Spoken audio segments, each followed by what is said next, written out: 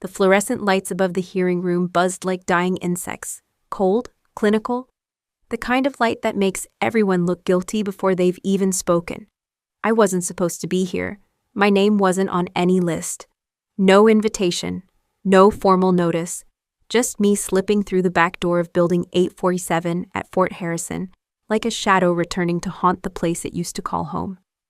The room was half full. Officers in dress blues sat ramrod straight in metal chairs.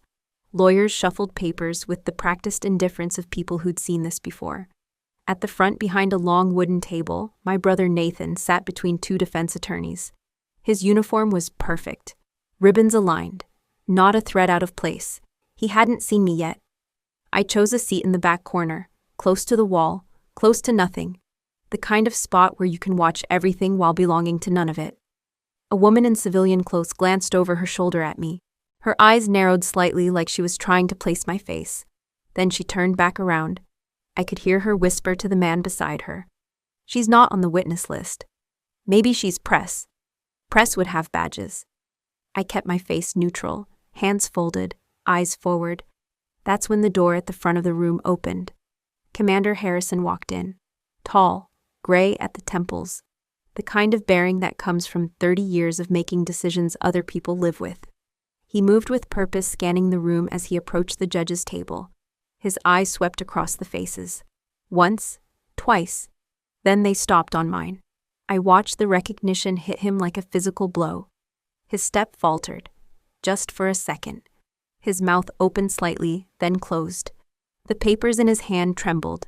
The entire room seemed to hold its breath. He stared at me. Not the polite glance of acknowledgement you give a stranger. Not the nod of respect you offer a fellow officer. This was something else. Something deeper, something that reached back through years and pulled up memories that were supposed to stay buried. Wait, he said, his voice barely above a whisper, but somehow carrying across the silent room. Every head turned. Every conversation stopped. Even the court reporter's fingers froze above her keyboard. I looked up at him, met his eyes without flinching. You remember, I said quietly, my voice steady, calm. Even if you wish you didn't. The silence that followed wasn't just quiet. It was the kind of silence that swallows sound, that makes the air itself feel heavy. Officers shifted in their seats. Someone's pen dropped and hit the floor like a gunshot. Nathan turned around in his chair. His face went white when he saw me. I watched him mouth a single word, Melissa. Commander Harrison was still staring, still frozen. Like seeing me had just rewritten everything he thought he knew about this case. About this room, about why we were all here. A bailiff stepped forward, uncertain. Sir, is there a problem? Harrison didn't answer immediately. He was still looking at me, still processing, still remembering things that had been classified, buried, forgotten by everyone except the people who lived them. Finally, he straightened, cleared his throat, found his voice again. No, he said, but his eyes never left mine. No problem. We'll proceed as scheduled. But something had changed. The energy in the room had shifted. What was supposed to be a routine hearing about falsified reports had suddenly become something else, something bigger. I settled back in my chair, crossed my legs, let my hands rest calmly in my lap. The truth has a way of announcing itself. Even when you try to keep it quiet, even when you've spent years learning how to disappear. My name is Melissa Ray Whitmore. For the last 8 years, my family has told everyone who would listen that I failed the Army, that I didn't have what it takes, that I walked away when things got tough. They're wrong about almost everything, but they're right about one thing: I did stay silent too long. Today that changes. Let me tell you who I am. Not who they say I am. Not who they've convinced themselves I became. Who I actually am. My name is Melissa Ray Whitmore. I'm 32 years old. Middle child in a family where middle meant invisible. The only girl in a house full of uniforms and unspoken expectations. I was the quiet one. The one who did her homework without being asked. Who made her bed with hospital corners every morning. Who said yes, sir, and yes, ma'am. And never once slammed a door, even when I wanted to tear the whole house down. The Whitmore family has served this country for 3 generations. We don't just wear the uniform. We bleed it. We breathe it. We measure our worth in ribbons and ranks, and the kind of respect that gets passed down like heirloom china. My father, Colonel James Whitmore, retired Air Force, 34 years of service, 3 tours in Afghanistan, 2 in Iraq. The kind of man who still stands when the national anthem plays on television, who irons his civilian clothes with military creases, who believes discipline is love wearing a different face. My mother, Patricia, Army nurse for 12 years before she married Dad. These days she runs the house like a field hospital. Efficient, sterile, everything in its place. Emotions are just another mess to be cleaned up and filed away. I've seen her cry exactly twice in my life. Once when her father died. Once when Nathan shipped out for his first deployment. Never for me.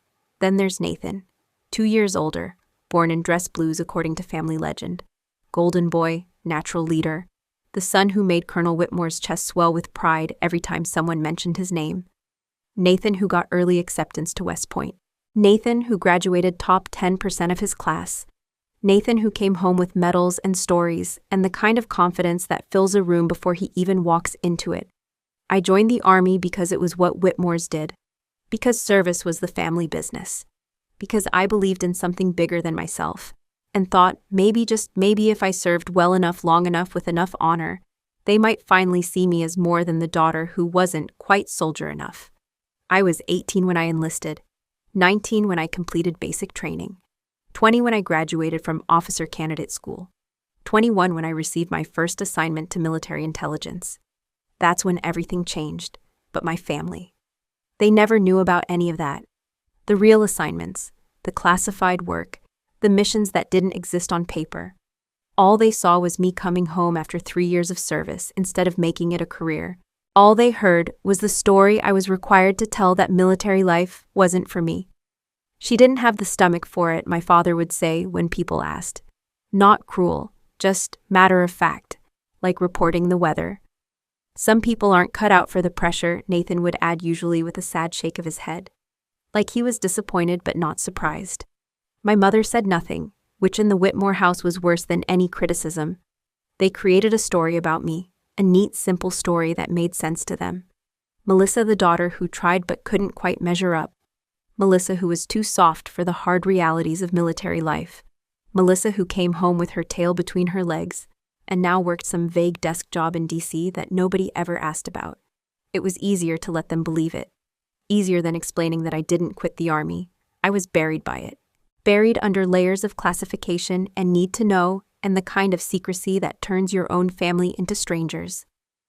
Buried under orders that came with no explanation and left no paper trail. Buried under the weight of knowing things that could never be shared, never be celebrated, never be acknowledged.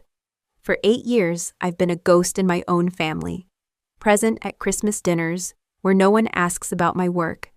Sitting at birthday parties where my accomplishments are the subject no one mentions. Watching Nathan collect promotions and praise while I collect silence. But here's what they never understood. I didn't disappear because I failed. I disappeared because I succeeded at something so classified, so sensitive, that admitting it existed would have put everything they believed in at risk. So I stayed quiet. I let them think what they wanted to think. I became the family disappointment. Because sometimes protecting the people you love means letting them misunderstand you completely.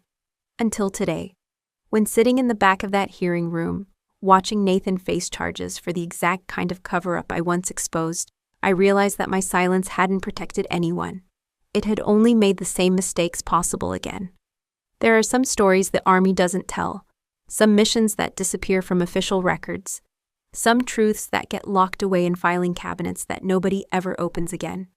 This is one of them. It was October 2016. I was 24, 3 years into my service as a military intelligence officer, based out of a forward operating post in eastern Syria that didn't exist on any map you could find online. The mission was called Operation Sandstorm. At least that's what they called it in the briefings. Clean, simple, surgical. Intelligence suggested a weapons cache in a compound outside Raqqa. High-value target. Minimal civilian presence. In and out in under 6 hours. I wasn't part of the raid team. I was the intelligence analyst. The one who sat in the communications tent, monitoring radio chatter tracking movements, making sure our guys had the information they needed to come home alive. The operation launched at 0300 hours. Alpha Team 12 soldiers led by Captain Marcus Reed. Good soldier, good man. The kind of officer who brought pictures of his kids to deployment and always asked about yours. Everything went wrong in the first 10 minutes. The intelligence was bad, not incomplete, not outdated, wrong. The compound wasn't a weapons cache. It was a school. A temporary shelter for displaced families. 43 civilians inside, mostly women and children. By the time Alpha Team realized the mistake, they were already taking fire from actual insurgents, positioned in buildings nearby. Real fighters who'd been watching the compound waiting for exactly this kind of opportunity. The radio crackled with chaos. Voices overlapping, gunfire in the background. Captain Reed's voice steady despite everything falling apart around him. Command, we have a problem. Civilian presence confirmed. Repeat civilians in the structure. Alpha Leader, complete your mission. Neutralize all threats. Command, I say again, we have civilians. Women and children. Request immediate abort. There was a pause, static. Then a different voice. Colonel Bradley Harrison. The same man who would stare at me years later in that hearing room. Alpha Leader, you have your orders. Complete the mission. I sat in that communications tent, headphones on, listening to good soldiers follow bad orders because that's what soldiers do. Because the chain of command is sacred. Because you trust that the people above you see something you don't. 9 civilians died that night. 3 women. 6 children. The youngest was 4 years old. The weapons cache they were supposed to find didn't exist. Never existed. The intelligence that sent them there was fabricated. Someone had wanted that compound hit, and they'd used our soldiers to do it. The official report came down 2 weeks later. I was assigned to review it as part of standard protocol. Make sure all the facts aligned. All the details matched. They didn't. According to the paperwork, Alpha Team had engaged a confirmed weapons facility. All casualties were enemy combatants. The operation was a complete success. Commendations were recommended for outstanding performance under fire. I read that report 3 times. Each time the lies got bigger. Each time the distance between what happened and what they were claiming grew wider. I pulled the radio transcripts, cross-referenced the casualty reports with local hospital records, interviewed the soldiers who'd been there, pieced together the real story line by line, hour by hour. The truth was ugly. Someone in intelligence had deliberately provided false information. Someone in command had ignored clear warnings about civilian presence. Someone in administration was now covering it up with fake paperwork and fabricated evidence. I documented everything. Built a case file that could have brought down half the command structure. 47 pages of evidence. Photographs, testimony, radio transcripts, medical records. Then I did what I was trained to do. I took it up the chain. My immediate supervisor, Major Thompson, looked at the file for exactly 90 seconds before closing it. This stays here, he said. This goes nowhere. I tried again, went to Lieutenant Colonel Davis. Same response. The file got heavier each time I carried it to another office. Each time the door closed a little faster. Finally, I was called to Colonel Harrison's office. The same Colonel Harrison who'd given the orders that night. Who'd told good soldiers to complete a mission that should never have been started. He didn't invite me to sit down. Just looked at me across his desk like I was a problem that needed solving. Lieutenant Whitmore, he said, I understand you have concerns about Operation Sandstorm. Sir, I have evidence of falsified intelligence and deliberate cover-up of civilian casualties. He nodded slowly, like he was listening, like he cared. Let me be clear about something, he said. This unit operates in complex environments. Sometimes intelligence is imperfect. Sometimes civilians get caught in crossfire. But questioning the integrity of our operations undermines everything we're trying to accomplish here. I stood straighter. Sir, with respect, 9 innocent people died because someone lied about what was in that compound. 9 people died because war is messy, Lieutenant. Because the enemy uses civilians as shields. Because sometimes good soldiers have to make impossible choices. He leaned forward. His voice got quieter, more personal.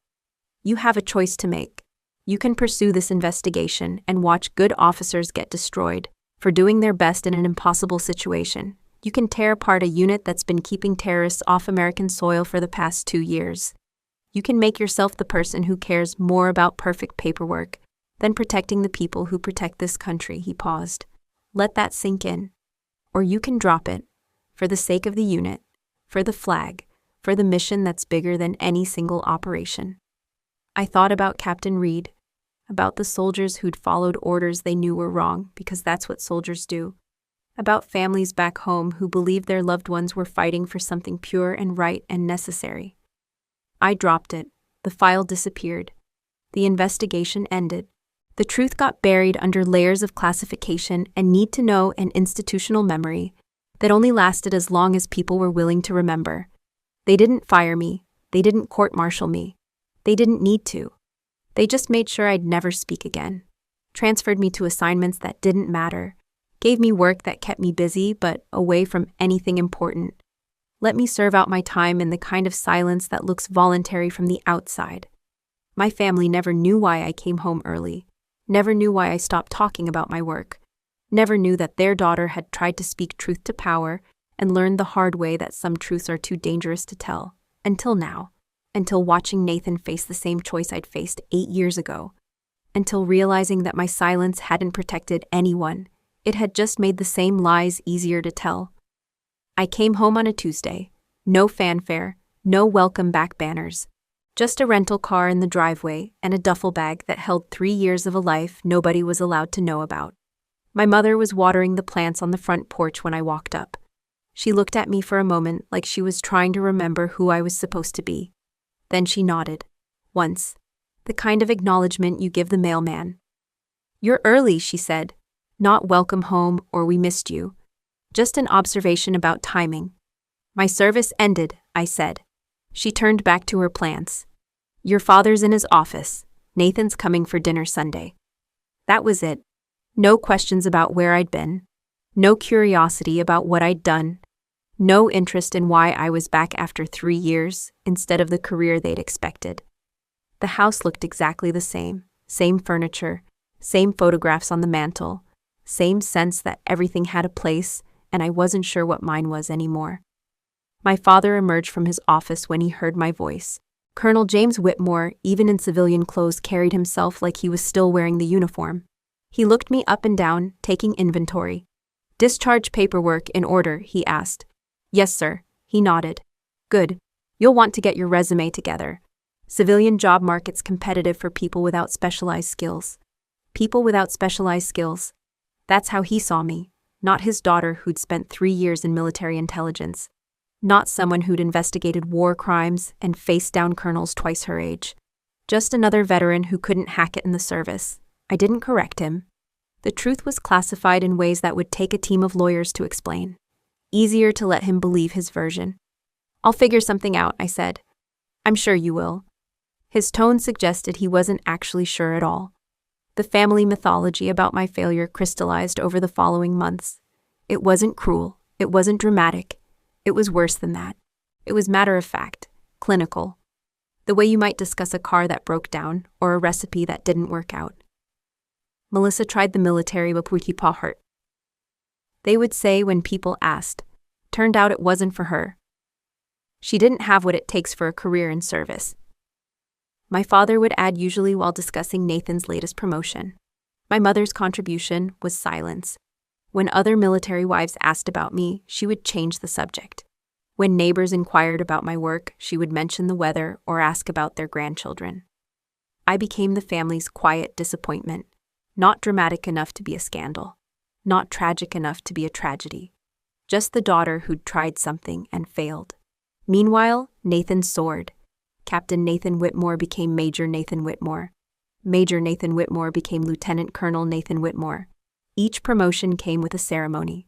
Each achievement got posted on my mother's Facebook page with 3 American flag emojis and a paragraph about sacrifice and service. I watched from the sidelines as he collected medals, as he gave speeches at Veterans Day ceremonies, as local newspapers wrote articles about the young officer who represented the best of his generation. At family gatherings, he was the center of gravity. Everyone leaned in when he told stories about his deployments. Everyone nodded when he explained military strategy or commented on current events. His opinion carried weight. His experiences mattered. I sat at the edge of conversation, smiled when appropriate, and said nothing about the places I'd been or the things I'd seen. The moment that defined everything happened at Thanksgiving dinner 2 years after I'd come home. I arrived at my parents' house to find my usual chair occupied by David Martinez, the neighbor's son who'd just gotten into West Point. 22 years old, fresh-faced, full of the same dreams I'd once carried. "David's joining us for dinner," my mother announced. "His parents are visiting his sister in California." I stood in the doorway holding a bottle of wine I'd brought, looking at the table that had been set for exactly the right number of people without me. "Where should I started. "Oh," my mother said like she'd just remembered I existed. "You can eat in the kitchen, there's a place set by the sink." By the sink. Like hired help. Like someone who didn't quite belong but couldn't be turned away entirely. I ate standing up, listening to the conversation in the dining room. David talking about his plans for military service. Nathan offering advice about leadership and honor. My father sharing stories about discipline and dedication. None of them mentioned me. Not once. I could have been invisible. That night, I drove back to my apartment and sat in my car for 20 minutes before going inside. Not crying, not angry, just hollow. Like someone had reached inside me and scooped out everything that used to matter. I could have told them the truth that night. Could have explained that I hadn't failed. Could have defended myself against their quiet dismissal. But sometimes silence is easier than defending a truth no one wants to hear. Sometimes it's simpler to let people believe their version of your story, especially when the real version is too classified to share and too complicated to explain. So I became what they needed me to be. The daughter who didn't quite measure up. The one who tried but couldn't quite succeed. The family disappointment who worked some forgettable job in DC and came home for holidays but never stayed long enough to remind anyone of what they'd lost. I wore their narrative like an ill-fitting uniform, and for 8 years I convinced myself it was easier than fighting for a truth they weren't clearance level enough to understand. I found out about Nathan's court-martial the way I found out about most family news these days, by accident. It was buried on page 3 of the Fort Harrison newsletter, a small paragraph tucked between an article about new fitness requirements and a notice about base housing maintenance.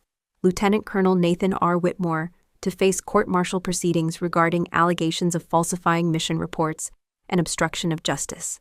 I read it 3 times. Each time the words rearranged themselves into something that looked more like the life I'd once lived, and less like the life I was supposed to be living now. Nathan.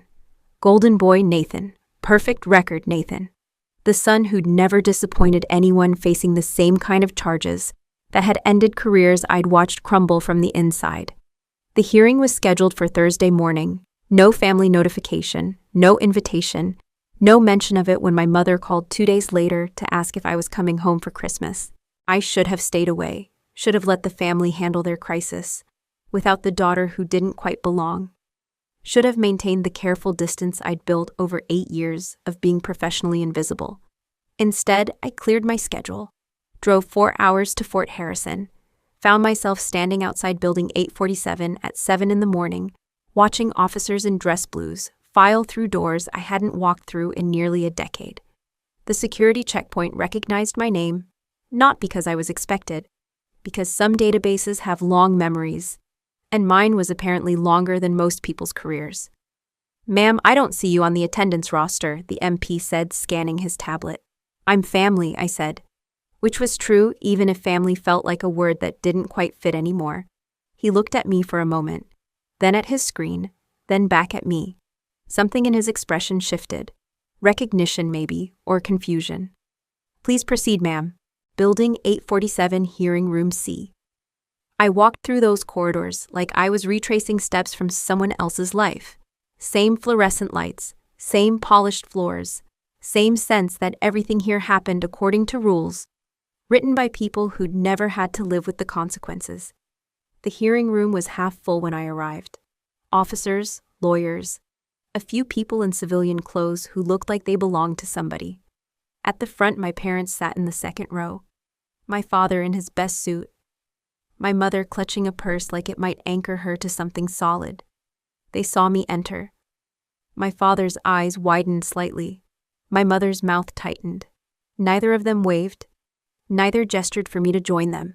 They just watched me choose a seat in the back corner, the same way they'd watched me choose the kitchen counter at Thanksgiving dinner 2 years ago. I sat behind a lieutenant I didn't recognize, and next to a woman taking notes in precise handwriting. No one asked who I was. No one questioned why I was there. In military settings, belonging is mostly about looking like you know where you're supposed to be. Nathan entered 10 minutes later, dress blues, posture perfect, flanked by 2 defense attorneys who looked like they'd handled these kinds of cases before.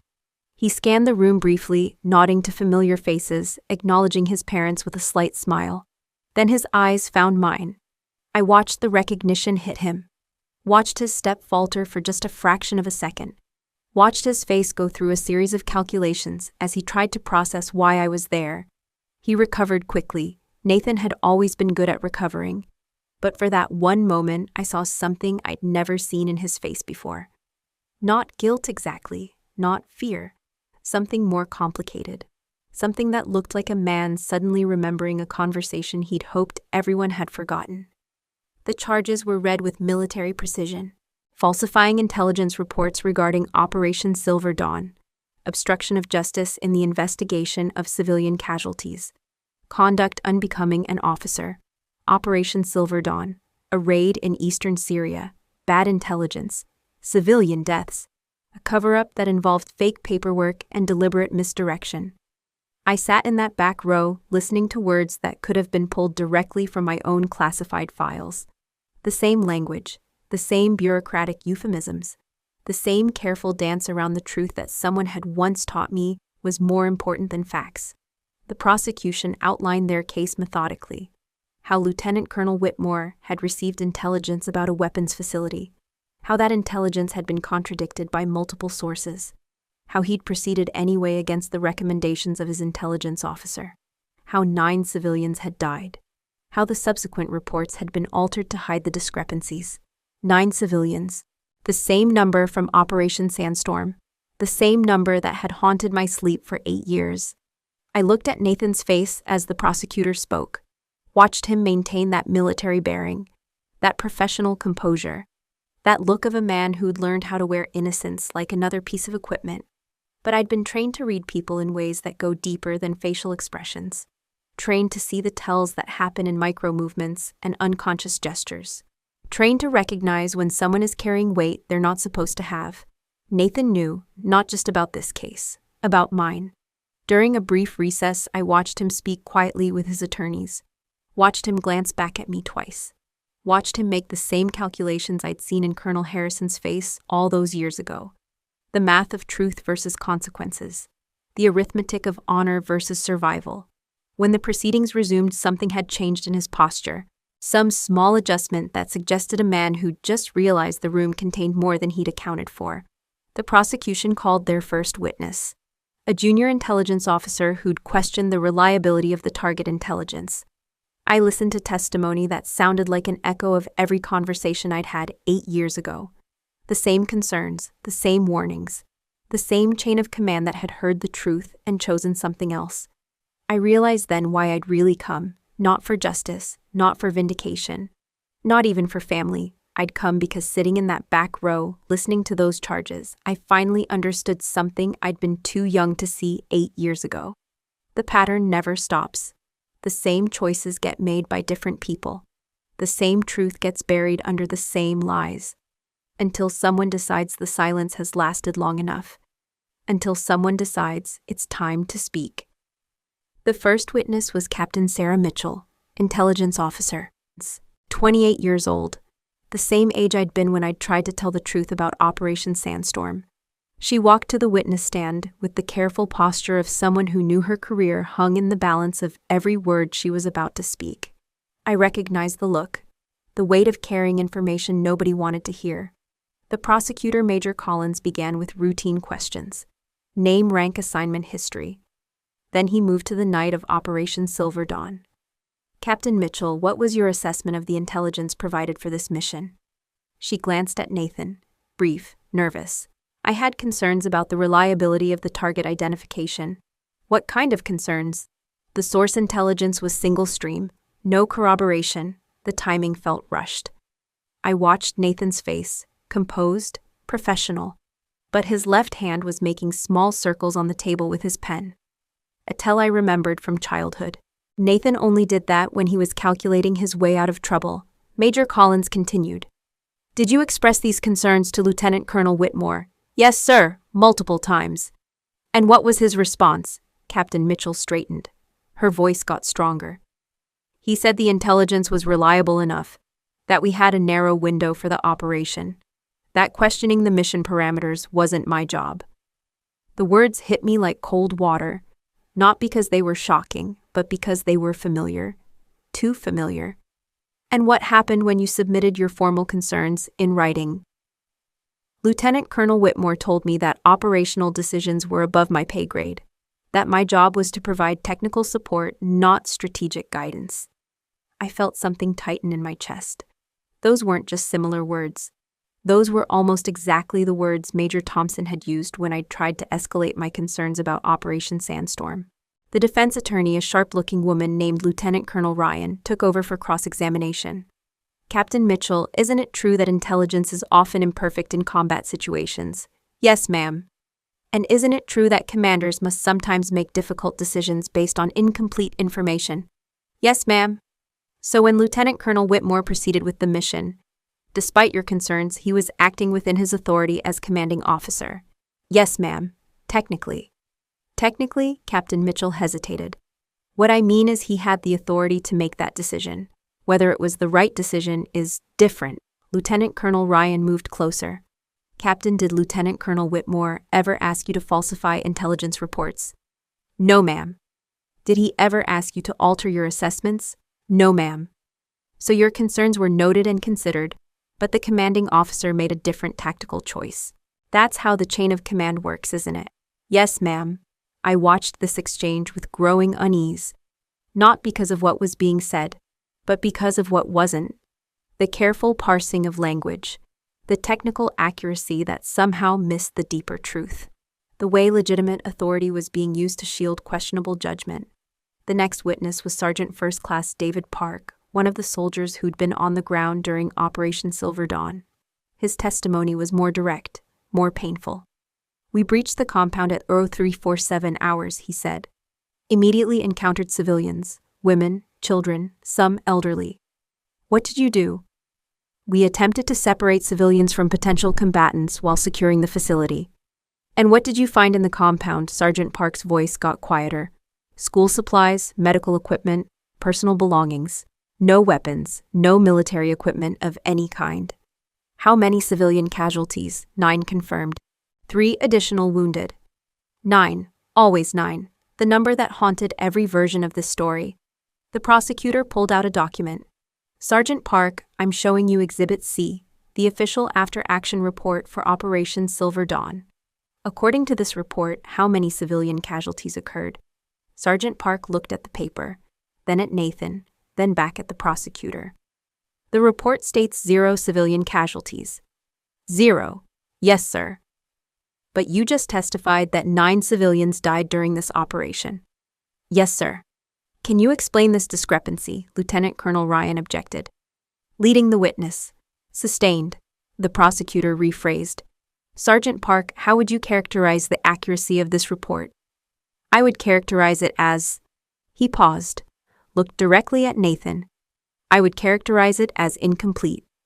That's when I heard it. The phrase that stopped my heart. The prosecutor was reading from the official report. Nathan's words written in his own hand. Enemy movement was unconfirmed at time of engagement. Hostile intent could not be definitively established prior to defensive action. Enemy movement was unconfirmed at time of engagement. Those were my words. Exactly my words. From a sealed report I'd written 8 years ago about Operation Sandstorm. Words that had been buried so deep in classified files that only 3 people should have known they existed. I sat in that back row, feeling the room tilt around me, feeling 8 years of careful silence crack open like an old wound. Nathan hadn't just made the same mistake I'd investigated years ago. He'd used my own language to cover it up, used the exact phrasing from my buried report, used words that should have been locked away forever. He'd learned from watching how my case got buried. Learned that the right language applied correctly could make civilian deaths disappear from official records. Could transform a tragedy into a tactical success. He used my silence as a blueprint. I thought about all those family dinners where he'd listened to my father talk about the complexities of modern warfare. All those conversations about difficult decisions and imperfect intelligence. All those times he'd nodded sympathetically when they discussed how some people just aren't cut out for the moral complexities of military service. He'd been taking notes, learning from my erasure, understanding that if the system could bury one inconvenient truth, it could bury another. The difference was this time, there was someone in the room who knew exactly what those words meant. Someone who remembered where they'd come from. Someone who'd been silent too long. I looked at Nathan's face as the prosecutor continued reading from his report. Watched him maintain that professional composure, that careful control. But I could see it now, the slight tension around his eyes, the way his breathing had changed when those specific words were read aloud. He knew I was there, he knew I was listening, and he knew that I knew exactly what he'd done. For the first time in 8 years, Nathan Whitmore looked afraid. The next witness entered like thunder before a storm. Colonel Bradley Harrison. The same man who'd frozen when he saw me that first morning. The same man who'd told Alpha Team to complete their mission 8 years ago while 9 civilians died in the crossfire. He walked to the witness stand with measured steps, eyes forward, jaw set. But I caught the moment when his gaze flickered to the back of the room. To me, recognition passed between us like electricity. Colonel Harrison had been a major when Operation Sandstorm went wrong, a field commander trying to navigate impossible orders from people who'd never seen combat. When I'd investigated the cover-up, his name had appeared in 17 different documents, radio transcripts, after-action reports, witness statements. He'd been terrified during my investigation, not of dying, not of enemy fire, of telling the truth to someone who might actually listen. I'd protected him. Kept his name out of my final report, listed him only as Field Commander Alpha in the documentation. It had been the right choice then. He'd been following orders same as everyone else. The real corruption was higher up the chain. Now he was Colonel Harrison, decorated, respected, a man whose word carried weight in rooms where decisions got made. The prosecutor began with routine questions. Harrison answered with military precision. Yes, he'd served multiple tours in Syria. Yes, he'd commanded operations similar to Silver Dawn. Yes, he was familiar with the challenges of urban combat in civilian areas. Colonel Harrison, Major Collins continued. In your experience, how important is accurate intelligence in mission planning? Intelligence is everything. Bad intelligence gets people killed, soldiers and civilians. And when you receive questionable intelligence, what's the appropriate response? Harrison's voice got stronger. You verify, you cross-reference. You delay the mission if necessary until you have clarity, even if that means missing a tactical opportunity. There are no tactical opportunities worth 9 civilian lives. The room went very quiet. That number, 9. He'd said it like he'd been thinking about it for a long time. Nathan's defense attorney rose for cross-examination. Lieutenant Colonel Ryan moved with the confidence of someone who'd prepared for this moment. Colonel Harrison, isn't it true that in combat situations commanders must often act on imperfect information? Yes. And isn't it true that you yourself have had to make similar decisions under pressure? Harrison paused, longer than protocol suggested. Yes.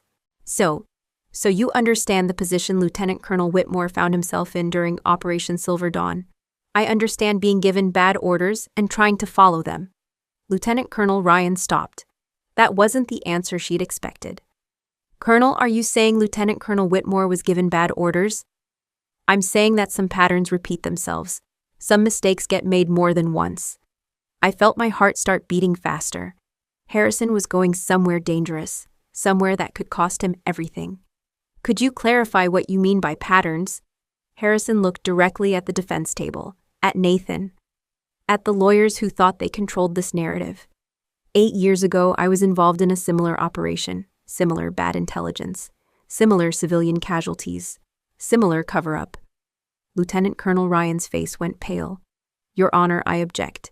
This testimony is beyond the scope of Your Honor, Major Collins interrupted. The witness is establishing a pattern of behavior relevant to the current charges. I'll allow it. Continue, Colonel Harrison. Harrison straightened. When he spoke again, his voice carried across the room like a command. Operation Sandstorm, Eastern Syria. October 2016. 9 civilians killed because someone provided false intelligence, and someone else decided the mission was more important than the truth. The room erupted in whispers. Nathan's lawyers started shuffling papers frantically. Nathan himself sat frozen, staring at Harrison like he was watching his career disintegrate in real time. But Harrison wasn't finished. He turned in the witness chair, looked directly at me in the back row, broke every rule of military protocol and courtroom procedure. She was the only one who tried to stop this from happening before. Gasps rippled through the room. The court reporter's fingers froze above her keyboard. Major Collins turned to see who Harrison was looking at. She investigated Operation Sandstorm, built a case that could have prevented what happened to Lieutenant Colonel Whitmore, could have saved those 9 civilians in Syria if anyone had listened. Lieutenant Colonel Ryan shot to her feet. Your Honor, this is completely inappropriate. She was buried for telling the truth. Harrison continued, his voice getting stronger, transferred, silenced, made invisible. Because some people decided that protecting the institution was more important than protecting the mission. The judge banged his gavel. Colonel Harrison, you will address your testimony to the court, not to the gallery. Harrison turned back to face forward, but the damage was done. Every eye in the room had followed his gaze to me. Every person present now knew that the quiet woman in the back row wasn't just family. I was the ghost of a warning nobody had heeded. Nathan's face had gone completely white. His attorneys were whispering urgently in his ear. In the second row, my parents sat in stunned silence, finally beginning to understand that their daughter's story was more complicated than they'd ever imagined. The myth of Melissa Whitmore's failure had just cracked open in front of everyone who'd ever believed it. The hearing adjourned at 1700 hours. I sat in my rental car in the parking lot, behind Building 847, engine off, hands on the steering wheel, watching officers file out into the late afternoon light. 8 years of silence had just been shattered in under 5 minutes. 8 years of being the family disappointment had just been exposed as something else entirely. I should have felt vindicated, relieved, some version of satisfied. Instead, I felt empty, like someone had removed a weight I'd carried so long I'd forgotten what it felt like to stand without it. My parents had left through the front entrance. I'd watched them walk to their car without looking back, without trying to find me, same as always. Even after Colonel Harrison's testimony, even after learning that their understanding of their daughter's life had been fundamentally wrong, they'd simply gathered their things and departed. Some habits are too old to break. I was reaching for my keys when someone knocked on the passenger window. Nathan. He'd changed out of his dress blues into civilian clothes, khakis and a polo shirt that made him look younger, more like the brother I'd grown up with, less like the officer who'd just been exposed for falsifying military reports. I rolled down the window. Get out of the car, Melissa. His voice was steady, not angry, not pleading, just tired. I got out. We stood on opposite sides of the rental car like it was a neutral zone between us. The parking lot was nearly empty now. Just a few scattered vehicles and the sound of traffic from the main road. You came here to ruin me, he said. I looked at him across the roof of the car, my little brother, the golden boy who'd never disappointed anyone until today. The son who'd carried our family's pride on his shoulders for so long, he'd forgotten it wasn't supposed to crush him. No, I said quietly. You ruined yourself. I just stopped protecting the lie. He laughed, not with humor, with something bitter and sharp. Protecting the lie. You've been gone for 8 years. You haven't protected anything. I protected you every day I stayed quiet. Every family dinner where I let them think I'd failed. Every time someone asked about the daughter who couldn't hack military service. Every time I could have told them what really happened and chose not to. Nathan's face changed. The defensive anger shifted into something more complicated. Something that looked like recognition. You could have spoken up years ago, he said. And said what that I'd investigated a cover-up so classified that admitting it existed would have destroyed careers, that I'd been silenced by my own chain of command, that the family war hero was actually someone who'd been buried for trying to tell the truth. I walked around the car to face him directly. You think they would have believed me? You think Dad would have chosen his invisible daughter over his perfect son? Nathan looked down at his hands that had signed false reports. Hands that had typed words stolen from my classified files. How long have you known? I asked. Known what? About Operation Sandstorm. About my investigation. About why I really left. He was quiet for a long time. Long enough for 2 more cars to leave the parking lot. Long enough for the sun to drop lower behind the trees. I found some of your files, he said finally. 3 years ago, Dad had them in his office. Classified documents he wasn't supposed to have. Photocopies of things with your name on them. What files? Radio transcripts, witness statements, parts of your investigation report. Not everything, but enough to understand what you'd been working on. I felt something cold settle in my stomach. Dad had my classified files. He'd been trying to piece together what really happened to you, why you came home early, why you stopped talking about your service. I think he suspected the official story wasn't complete. And you read them. I read them. Nathan looked up at me. I saw what you'd uncovered, how thorough you'd been, how right you were about everything. And then you used my language to cover up your own mistakes. His face crumpled slightly, not tears, just the weight of truth finally settling on shoulders that had carried lies for too long. I thought if I used the same words, the same phrasing, maybe my case would get buried the same way yours had. Maybe I could disappear into the system the way you had. But you weren't trying to expose a cover-up. You were trying to create one. I know. His voice was barely above a whisper. I know the difference. We stood facing each other in that empty parking lot. Brother and sister, fellow soldiers. 2 people who'd chosen different responses to the same impossible system. I used to defend you on the playground, I said. Remember when Tommy Richardson called you a crybaby in 3rd grade?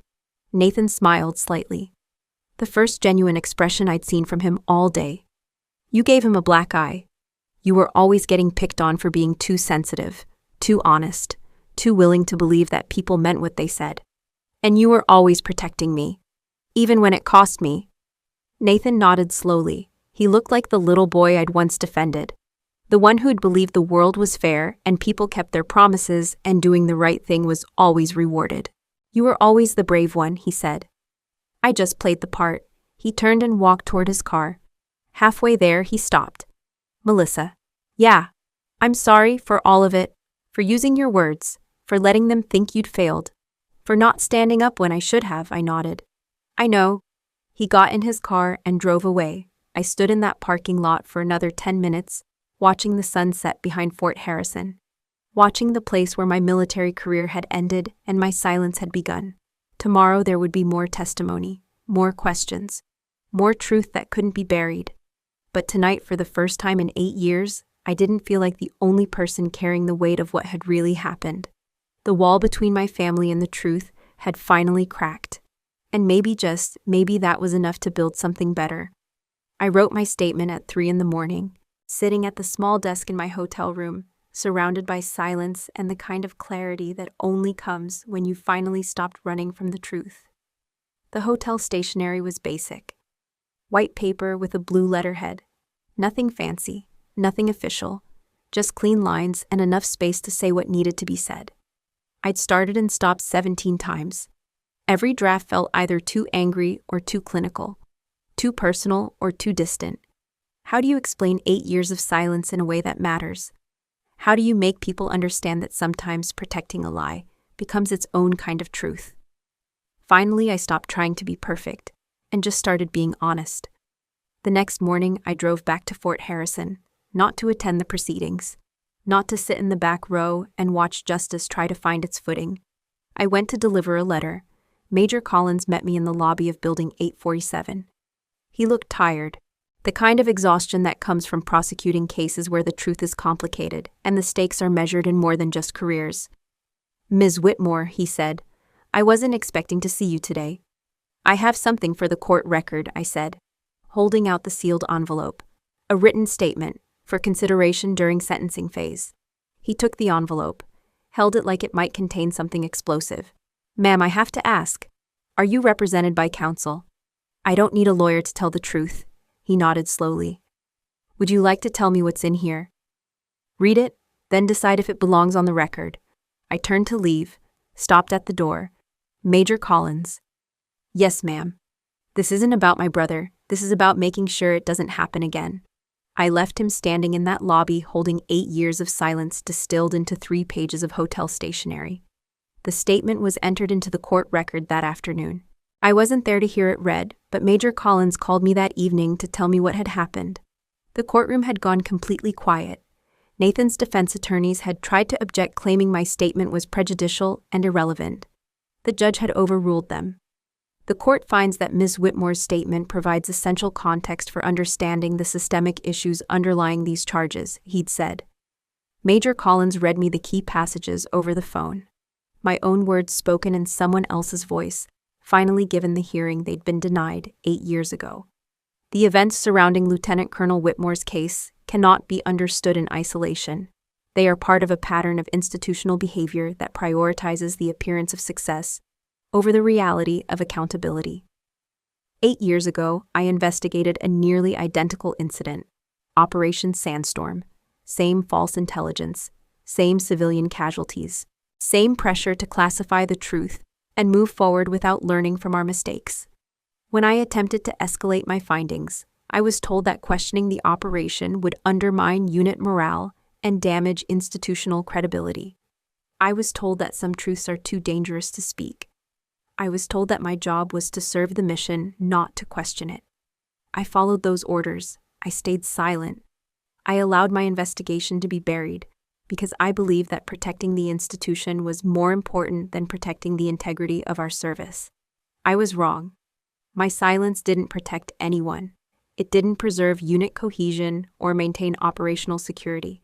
It simply made it easier for the same mistakes to be repeated by the next generation of officers.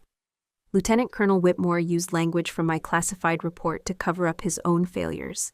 He learned from watching my case disappear that the right words properly applied could make civilian deaths vanish from official records. This isn't about one bad soldier. It's about a system that forgets who it serves, a system that rewards silence over accountability, a system that teaches young officers that career preservation is more important than moral courage. The 9 civilians who died in Operation Silver Dawn deserved better. The 9 civilians who died in Operation Sandstorm deserved better. Every soldier who has ever been asked to carry the weight of institutional failure deserves better. We cannot build a military worthy of our people's trust on a foundation of convenient lies. We cannot ask soldiers to risk their lives for values we're not willing to uphold in our own ranks. I submit this statement not to destroy Lieutenant Colonel Whitmore's career, but to ensure that his mistakes become lessons rather than patterns. To ensure that silence is no longer mistaken for loyalty. To ensure that the next intelligence officer who uncovers uncomfortable truths is supported rather than silenced. The truth doesn't care about our careers. It doesn't care about our reputations or our comfort or our carefully managed narratives. It simply exists waiting for someone brave enough to speak it. Today, I choose to be that person. After Major Collins finished reading, we sat in silence for a moment. Phone static. Distance. The weight of words finally spoken. "Ma'am," he said finally. "That was the most powerful statement I've ever heard entered into a military court record." I didn't reply immediately. I was thinking about that hotel room, about 17 failed drafts, about 8 years of carrying truth like a stone in my chest. Major Collins. "Yes, ma'am. It was the easiest thing I've ever written. I didn't go back to my family's house after the trial ended, didn't wait for the verdict, didn't sit through the sentencing, didn't try to repair 8 years of distance in the span of a courthouse conversation. Instead, I drove 3 hours south to Fort Campbell, to a small classroom in Building 203 where I taught ethics and accountability and leadership twice a week. Part-time work, adjunct position, nothing that would make headlines or appear on anyone's list of distinguished alumni. It was exactly what I wanted. The classroom held 24 cadets, young faces, bright eyes, the same mix of idealism and determination I'd once carried into basic training. They called me Professor Whitmore, not knowing that title was a courtesy rather than an academic achievement. I taught them about moral courage, about the difference between following orders and following conscience, about the weight of decisions made in gray areas where right and wrong blur together like smoke. Most of the time they listened politely, took notes, asked practical questions about chain of command and reporting procedures. Standard military education, clean, theoretical, safe. But sometimes someone would ask a question that cut deeper. It was Cadet Williams who asked the one that mattered. Third week of October. Late afternoon light slanting through classroom windows. We'd been discussing a case study about whistleblowing and institutional loyalty. "Professor Whitmore," she said. Hand raised halfway. "What's the hardest thing you've ever done in uniform?" The room went quiet. These weren't academic questions anymore. These were 24 young people trying to understand what they were signing up for, what it would cost them, what they might be asked to sacrifice. I looked at Cadet Williams, 19 years old, from Montana, planning to serve in military intelligence after graduation. Her whole future spread out ahead of her like an unmarked map. Kept my mouth shut, I said, then learned when to open it again. She frowned slightly. "Ma'am, sometimes the hardest thing isn't speaking truth to power. It's knowing when silence protects people and when it just protects lies." Cadet Stevens, sitting in the back row, leaned forward. "How do you know the difference?" "You don't. Not at first. You make your best guess and live with the consequences. But eventually, if you're paying attention, the pattern becomes clear. Silence that protects truth feels different than silence that enables lies." "What does it feel like?" Cadet Williams asked. I thought about Operation Sandstorm. About 8 years of family dinners where I'd been invisible. About watching Nathan use my own words to cover up his mistakes. About Colonel Harrison standing up in that courtroom and finally giving my silence a voice. "Heavy," I said, "until it doesn't." After class, I drove to my small apartment off base. Ground floor, 1 bedroom. A kitchen table that doubled as a desk. Windows that looked out onto a parking lot and a strip of trees beyond. Simple, quiet, mine. I made dinner, graded papers, read a book about institutional reform that I'd been assigned for a conference I probably wouldn't attend. Normal things, ordinary things. The kind of evening that doesn't change history but builds a life worth living.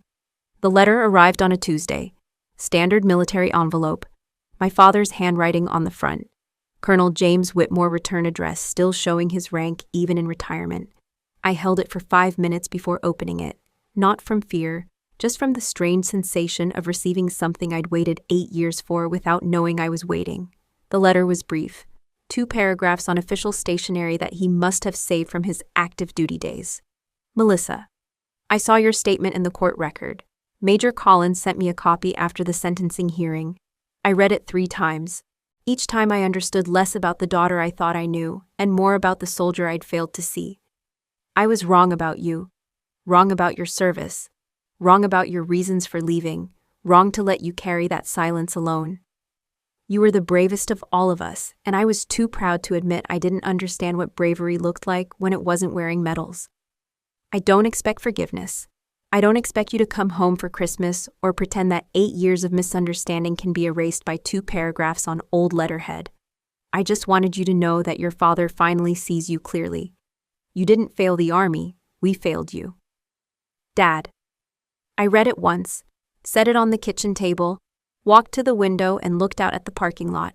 I didn't cry, didn't smile, didn't feel the rush of vindication I'd imagined might come with this moment. I just breathed. Deep, steady breaths that felt different than they had for 8 years. Lighter, cleaner. Like air that didn't carry the weight of explanations nobody wanted to hear.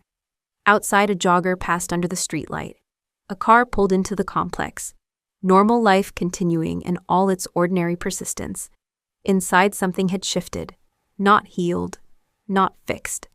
Just shifted enough to let light through cracks that had been sealed for too long. Tomorrow I would teach 24 cadets about moral courage and institutional accountability. I would prepare them for choices they couldn't yet imagine.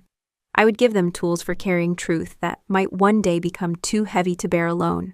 Tonight I would sit in my quiet apartment and remember what it felt like to be seen by the people who were supposed to see me all along. It was enough. 6 months after Nathan's sentencing, I received a phone call from Captain Sarah Mitchell, the intelligence officer who'd testified about her concerns being dismissed. She'd been promoted to major, assigned to a new position developing protocols for reporting operational discrepancies. "I wanted to thank you," she said. "Your statement changed things, not everything, but enough." Nathan received a dishonorable discharge. No prison time, no dramatic fall from grace. Just the quiet end of a career built on borrowed words and convenient silences. He moved back to our hometown. Took a job with a security consulting firm. We exchange Christmas cards now. Nothing more, nothing less. My parents and I have dinner twice a year. Stilted conversations over restaurant tables where we practice being family members who don't quite know how to fit together anymore. But we try. That's something. Colonel Harrison retired with full honors. He sends me articles sometimes. Pieces about military accountability. Reports on institutional reform. Small victories in a long war against convenient lies. I still teach at Fort Campbell. Still watch young faces wrestle with questions about duty and conscience. Still try to give them tools for carrying truth when it becomes too heavy to bear alone. But mostly, I live quietly, simply, in a world where my service record speaks for itself, and my silence belongs to me again. They said I failed the army. But I stayed quiet so someone else wouldn't be destroyed. Years later, I broke that silence not to hurt anyone, but because some truths won't stay buried forever. The difference between protecting people and protecting lies isn't always clear when you're living it. Sometimes you have to choose wrong first to understand what right looks like. Sometimes you have to carry shame that isn't yours before you learn to put it down. I carried my family's disappointment for 8 years. Carried their version of my story because the truth was too classified to share and too complicated to explain. I let them think I'd failed because it was easier than watching them wrestle with evidence that their faith in the system was misplaced. But silence has its own cost, and eventually protecting lies becomes a lie of its own. If this story reminds you of something you've carried in silence, some truth that feels too dangerous to speak, some burden that doesn't belong to you, some version of yourself that others need you to be, you're not alone. Maybe you're the person in your family who knows things others can't handle. Maybe you're carrying secrets that protect people who wouldn't protect you. Maybe you're living smaller than you are because speaking your truth would make others uncomfortable. I see you. I know what that weight feels like. I know how silence can become its own kind of service and how sometimes speaking up feels like betrayal. Drop a comment. Let me know you heard me. Tell me where you're watching from. Share your story if you want to, or just let me know you're there. Sometimes that's all we really need. Someone to witness our truth even when we're not ready to speak it out loud. You're not invisible, not to me. And your truth, whatever it is, matters more than their comfort. Thank you for listening.